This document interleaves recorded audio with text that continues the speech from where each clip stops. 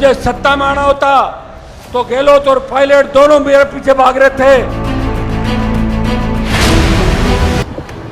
आपके प्रधानमंत्री गृह मंत्री से व्यक्तिगत आपके लिए डेलीगेशन को लेकर मिलने भी जाऊंगा और उनके सामने ये बात रखूंगा। आप बड़ी बड़ी डेंगे हाँकते हो। राजस्थान की तपती धूप में जब पारा 47 डिग्री तक पहुंच चुका था, तब भी एक आवाज थी जो रुकने का नाम नहीं ले रही थी। एक हुंकार थी जो दिल्ली तक सुनाई दे रही थी, और एक संघर्ष था जो सिर्फ एक भर्ती या पेपर के लिए नहीं बल्कि पूरे सिस्टम को झकझोरने के लिए था। जहां बाकी लोग एसी कमरे में चुनावी रणनीति बना रहे थे, वहां हमारे नौजवान, बेरोजगार, संविदा कर्मी और सिस्टम से तंग युवा एक ही नाम पे भरोसा करके खड़े थे, और वो नाम था हनुमान बेनीवाल। पिछले एक महीने से ज्ञापन पर ज्ञापन, आवाज पे आवाज, सोशल मीडिया से लेकर सड़कों तक एक ही सवाल: पेपर्स कब तक लीक होते रहेंगे, भर्तियां कब तक लटकती रहेगी, आरपीएससी की साख कब तक ऐसे ही गिरती रहेगी। अगर आप रैली नहीं करते तो हाई कोर्ट में जाकर सरकार कह देती कि हम भर्ती रद्द नहीं कर रहे, लेकिन तुमने डर दिखाया, आक्रोश दिखाया, और सरकार कहीं ना कहीं आपकी बात मानने पर आ गई।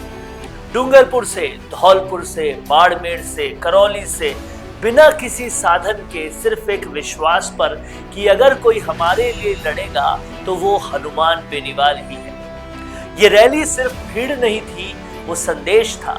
संदेश था दिल्ली को कि तैयारी कर लो, राजस्थान का युवा अब चुप नहीं रहेगा। इस आंदोलन की सबसे बड़ी खासियत थी कि ये जातियों से ऊपर था, समाज से ऊपर था।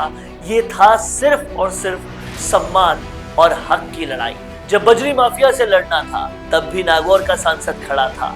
जब महिला अत्याचार बढ़ा, तब भी नागौर का ये सांसद ही बोला। जब पहलवानों की बेटियों को न्याय चाहिए था, तो हरियाणा में सबसे पहले हनुमान बेनीवाल पहुंचा, जब वहां के नेता भी चुप थे।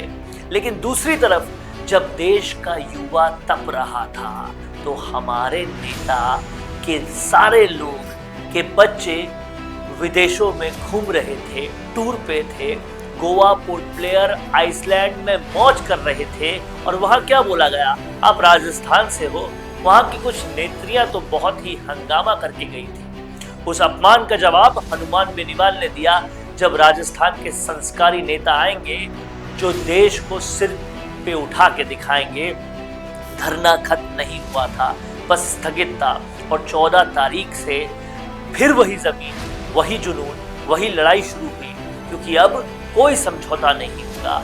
ये लड़ाई सिर्फ नौकरी की नहीं, ये लड़ाई सम्मान की है, ये लड़ाई पहचान की है।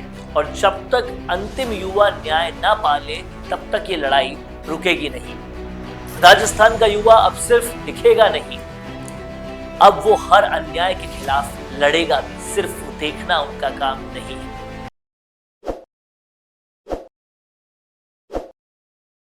ताज़ा खबरों के लिए विजिट करें द फैक्ट इंडिया की वेबसाइट और डाउनलोड करें द फैक्ट इंडिया ऐप।